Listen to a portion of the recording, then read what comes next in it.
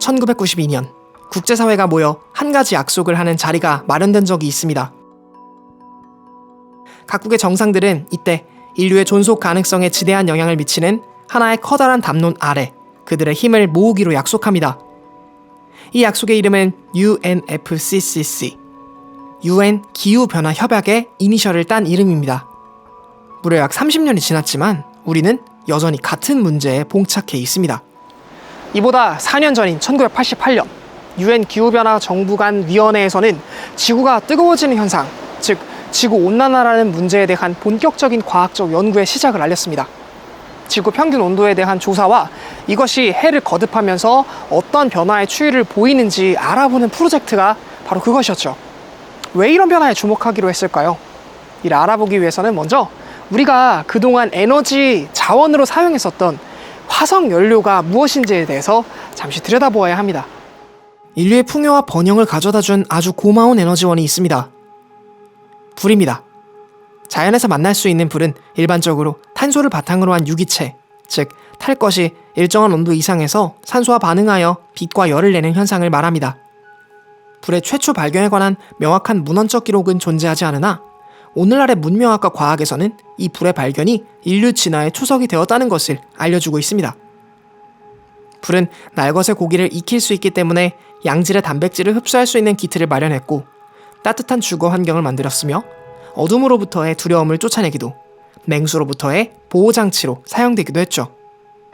인류 문명의 풍요와 진보를 위해 또는 순수한 자연에 관한 호기심을 해결하기 위해 지속적으로 노력했던 과학자들은 그들의 의지와는 상관없이 계속해서 문명을 성장시켰습니다.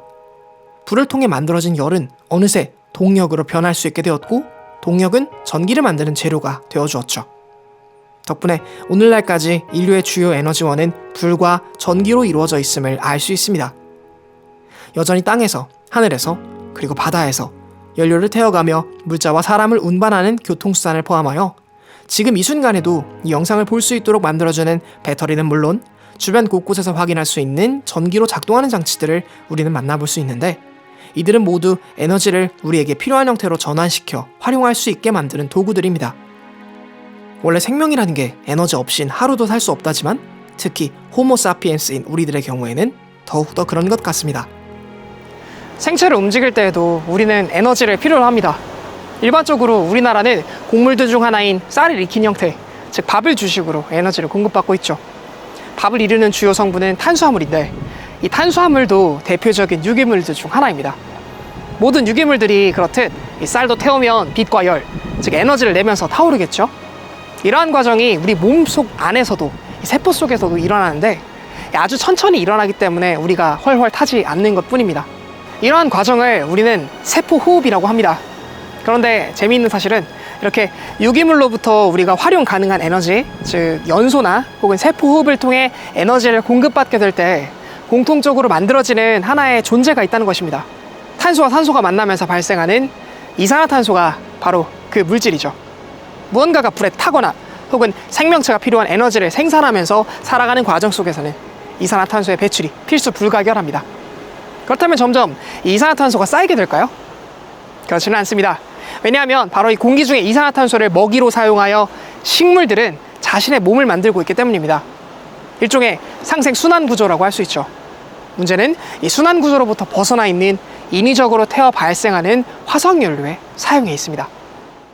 산업혁명 이후 풍요와 번영을 만난 인류는 자연스레 생존에 관한 여러 문제를 해결할 수 있었고 이는 인구의 증가와 공장의 대규모화로 이어졌습니다. 이제 인류는 더 많은 동력을, 전기를, 에너지를 화석연료로부터 공급받아야만 하는 상황에 놓이게 됩니다. 연료의 채석 및 유전의 개발은 점점 더 가속화되었고 수억 년 지구의 역사와 함께 잠들어 있던 유기물들의 잔해들은 산소와 만나면서 대기 중으로 퍼져나갔죠. 문명화의 가속화와 더불어 무분별하게 대기 중으로 방출된 이산화탄소는 마치 지구를 하나의 온실과 같은 조건으로 만들었습니다. 태양으로부터 입사되는 열을 우주로 방출하지 못하도록 만드는 소위 온실가스라고 불리는 여러 가스들의 대표주자인 이산화탄소는 이제 우리가 살고 있는 지구라는 단 하나의 행성의 환경을 점차적으로 바꿔갔습니다. 오늘날 기후변화로 알려진 이러한 변화를 과거 우리는 지구온난화로 명명하였고 이 문제에 관한 심각한 고민의 일환으로 UNFCCC와 같은 협약을 체결했던 것입니다. 1992년에 시작된 노력, 그리고 오늘 우리의 지구, 과연 우리는 이 문제를 잘 극복했을까요? 오늘날 상황으로 볼 때는 안타깝지만 그렇지 못했던 것 같습니다. 해가 거듭할수록 전 지구에서 발생하는 탄소 배출량은 다양한 제약과 협약이 만들어졌음에도 또 기업들과 정치인들이 대거 이러한 변화에 관한 목소리를 내고 정책을 펼치고 있음에도 불구하고 늘어나고 있는 것이 현실입니다. 수많은 기후변화 전문가들은 우리 인류의 멸망 시나리오로서 앞으로 지구 평균 온도가 특정 수준을 넘어서게 되었을 경우 이것을 돌이킬 수 없는 재앙과 재난 속에서 우리가 살아가야 할 수 있다고 경고하고 있는데요. 이러한 문제, 즉 지구의 평균 기온 상승을 멈추기 위해서는 대체 어떻게 해야 할까요? 이제 정말 벼랑 끝에 몰린 우리들은 에너지 전환 시나리오, 그리고 심층 탈탄소화 관점이라는 방식으로 이 두 가지의 최후의 보루를 활용해서 이 위기를 극복해보고자 노력하고 있습니다. 탄소 중립을 위한 전 지구적인 움직임이 시작된 것이죠. 우선 과학적 태도로서 문제를 일으키고 있는 대상이 현재 얼만큼 방출되고 있는지, 그리고 그 영향의 크기는 얼마인지를 알아볼 필요가 있습니다. 2018년 기준 국내 온실가스별 연간 배출량에 대한 기상청의 발표에 따르면 이산화탄소는 전체 온실가스 배출 대비 91.4%라는 엄청난 비율을 차지한다는 것을 알 수 있습니다. 화석연료의 사용을 줄이는 일에 포커싱이 있는 이유를 위와 같은 통계 자료를 통해 우리는 체감할 수 있습니다. 에너지 전환 시나리오는 주로 재생에너지와 지속 가능한 에너지의 생산 효율성 증대를 통해서 기존 석탄, 석유, 그리고 천연가스와 같은 화석연료로부터 발생하는 에너지를 대신하는 방향으로 전환을 하는 것을 말합니다. 우리나라에서의 사례를 좀 들여다보자면 재생에너지 3020 이행계획, 즉 2030년까지 재생에너지의 전기 발전 비율을 20% 수준으로 만들겠다는 형태가 이러한 예들 중 하나라고 할 수 있는 것입니다. 위와 같은 노력들 중 하나의 예로서 현재 제주도는 2030년을 목표로 도내의 모든 전력 수요에 대해서 100% 신재생에너지로 공급하겠다는 의미로서 에너지 자립섬, 즉 CFI를 목표로 하는 프로젝트가 시행 중인 것을 알 수 있습니다. 심층 탈탄소화 관점은 위에서 언급된 에너지 전환 시나리오에서 한 단계 더 나아간 형태로서 에너지 관련 산업 공정에서 발생하는 모든 탄소의 배출을 줄이는 방법을 추가적으로 제시하는 관점입니다.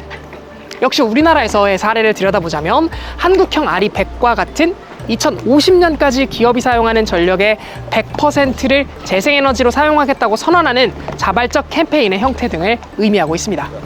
일례로 미국의 대형 SNS 플랫폼 회사인 페이스북은 과거 2011년 100% 재생에너지 목표를 선언한 바 2020년에 이를 달성함을 통해 이러한 노력의 가능성에 대해서 보여준 현실적인 사례가 되었습니다. 아마존의 CEO인 제프 베조스 또한 아마존을 2040년까지 탄소 중립 기업으로 만들 것을 선언하기도 했으며 이 외에도 수많은 기업들을 중심으로 환경에 관한 다양한 노력의 형태들을 접해볼 수 있습니다. 얼마 전에 2019년 9월 기후정상회의에서는 세계 65개 국가가 탄소 중립을 선언하는 등 지금까지 총 70여 개의 국가가 탄소 중립을 하기 위한 노력에 동참한 것으로 확인되고 있습니다. 기후변화를 막기 위해 이제는 보다 다양한 플레이어들로 하여금 노력을 요하고 있는 모습을 충분히 확인해 볼 수 있는 것입니다. 유럽 그린딜은 코로나19 팬데믹을 거치면서 그 중요성이 더욱 커진 듯합니다. 2020년 5월 유럽연합의회는 녹색회복동맹이라는 이름의 모임을 설립했는데요. 유럽의회 의원 79명과 37명의 CEO, 28개의 협회, 7개의 NGO 및 6개의 싱크탱크 등 다양한 이해 당사자들이 참여한 이 모임은 유럽 그린딜을 통해 코로나19로 인한 위기를 극복하는 방법을 찾기 위해 만들어진 모임입니다. 첨단 기술을 기반으로 에너지 경제 네트워크를 지역 내 구축하여 훼손된 글로벌 공급망에 대안을 제시한다는 구상입니다. 이러한 노력은 유럽뿐만 아닌 다른 국가에서도 이어졌습니다.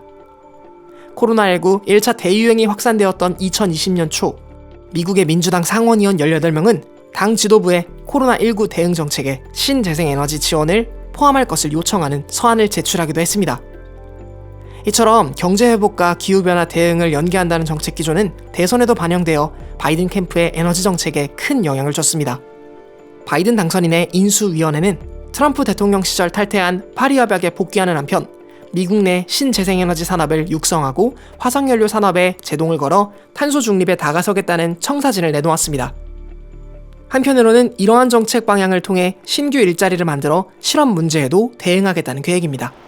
이처럼 탄소 중립을 실현하고자 세계 각국에서 진행되는 그린 뉴딜은 크게 두 가지 측면에서 추진되고 있습니다. 하나는 에너지 공급 측면에서 화석연료를 줄이고 재생에너지 발전 비중을 확대하는 방법, 다른 하나는 에너지 수요 측면에서 첨단 ICT 기술을 활용해 에너지 효율을 높이고 친환경 교통수단의 확산을 추구하는 것입니다. 이는 기후변화 대응과 화석연료 이후에 대한 준비부터 제4차 산업혁명과 에너지 산업의 연계, 그린 모빌리티로의 전환까지 모두 아우르고 있는 방향이라는 것을 알 수 있습니다. 그러나 이러한 세계적 흐름, 과학계의 메시지, 그리고 각국의 노력에도 불구하고 우리들 대부분은 이러한 변화에 대해 크게 걱정하고 있지 않다는 것이 오늘날 기후변화에 관한 대중으로부터의 인식의 현 주소인 듯합니다. 연간 160억 톤이라는 온실가스 전체 배출의 30%라는 막대한 비율을 차지하고 있는 것이 인류가 먹고 살기 위해 농작물을 재배하고 식재료를 유통하고 조리하고 음식물 쓰레기를 배출하는 과정으로부터 발생한다는 것을 확인할 수 있습니다.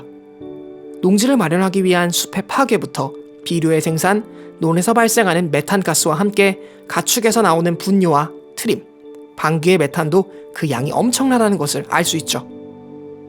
예를 들어 지구 전체의 사람들이 현재와 같은 식습관을 고수한다면 2020년부터 2100년까지 식습관으로부터 발생한 누적 온실가스를 이산화탄소로 환원하였을 때 그 양은 무려 1조 3560억 톤에 이른다고 합니다.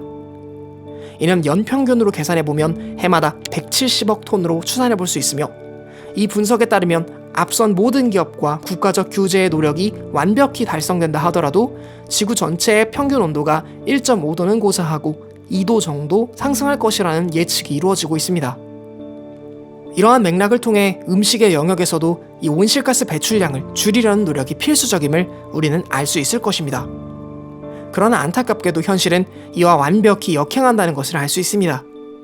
현재 지구촌에서 소비되는 육류량은 빠른 추이로 증가하고 있는데, 특별히 아시아, 그것도 중국을 중심으로 육류 소비가 폭발적으로 증가함을 확인할 수 있습니다. 그렇다고 당장 육식에 길들여진 우리가 이러한 유혹을 정면으로 부정하면서 육식을 포기해야 하나? 라고 생각한다면 금방이라도 우울해질 것 같습니다. 급진적인 채식주의자가 아닌 이상해야 고기 앞에서 많이는 평등하게 미소를 띌 수밖에 없을 테니까요. 그렇다면 우리는 어떻게 이 육류 소비의 딜레마로부터 한 걸음 더 가까이 기후변화를 위한 노력을 이행할 수 있을까요? 이 딜레마를 해결할 수 있는 기적의 기술이 바로 대체육과 배양육입니다. 기본적으로 이들은 식물의 단백질과 미생물로부터 합성한 햄 단백질을 이용하여 실제 고기와 식감과 맛이 구분 불가능할 정도로 유사하게 만든 고기를 말합니다.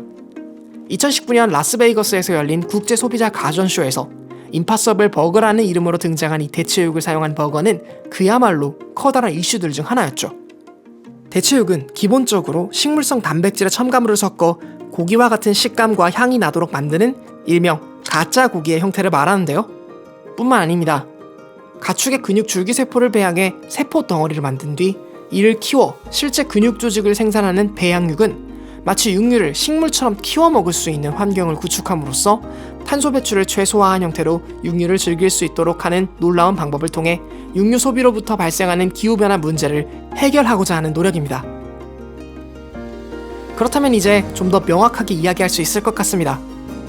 우리가 할 수 있는 기후변화에 관한 현실적이면서도 실제적인 노력들은 어떤 것들이 있을까요? 디젤차 대신 전기차를 이용하고 에너지 효율이 높은 전자제품을 이용하며 낮은 높이는 계단을 이용하고 가까운 거리는 걸어 다니려고 노력하며 사용하지 않는 코드는 오프로 해놓는 것은 기후위기에 대응하기에는 아주 티끌같이 작은 변화이지만 우리 사회를 이루는 모든 구성원들의 행동이 모였을 때 큰 힘이 될 것입니다. 바로 앞서 소개드린 방식으로 생산되는 대체육, 배양육을 적극적으로 소비함을 통해 기존보다는 다소 비싸더라도 육류가 가져다주는 즐거움은 포기하지 않으면서 기후변화를 위한 한 걸음을 내디딜 수 있을 것입니다. 또 아리백을 선언한 기업들의 상품을 적극적으로 소비함을 통해 기업으로 하여금 더욱 기후변화 대응을 위해 노력할 수 있는 환경을 형성하고 이를 통해 자연스럽게 탈탄소화를 이뤄가는 것. 이러한 선순환 구조를 만드는 것이 우리가 할 수 있는 노력의 작지만 큰 변화의 시작이라고 할 수 있을 것 같습니다. 인간은 개개의 욕망을 통제하기에는 너무 나약한 존재입니다. 그렇기 때문에 윤리를 만들고 법을 만들고 약속과 제도를 통해 스스로의 욕망을 억제하고 통제하고자 하죠. 개인에 대한 책임 없는 방만이 개인의 온전한 삶을 망가뜨리듯이 우리가 함께 살아가는 이 지구에 대해 지구의 작은 구성원으로서 우리의 삶의 터전에 대한 자각을 진지하게 고민해야 할 때가 된 듯합니다. 그동안 나의 욕망만을 그리고 내 편의만을 생각하며 살았다면 이제는 그러한 욕망을 포기하지 않는 선에서라도 아주 조금이라도 기후변화라는 당면한 문제에 대해 고민해보는 시간을 가져보는 것은 어떨까요? 당장 채식주의자가 되는 것과 같은 또는 환경운동가가 되는 것과 같은 아주 극단적인 방법이 아니더라도 나를 또는 타인을 던져넣는 그런 강압적인 방식이 아니더라도 우리는 이러한 변화를 올바르게 지켜나가는데 그 역할을 수행할 수 있을 것입니다. 이제 우리는 그러한 방법에 대해 진지하게 고민하고 이해하기 위한 출발선 위로 우리의 걸음을 옮길 때입니다.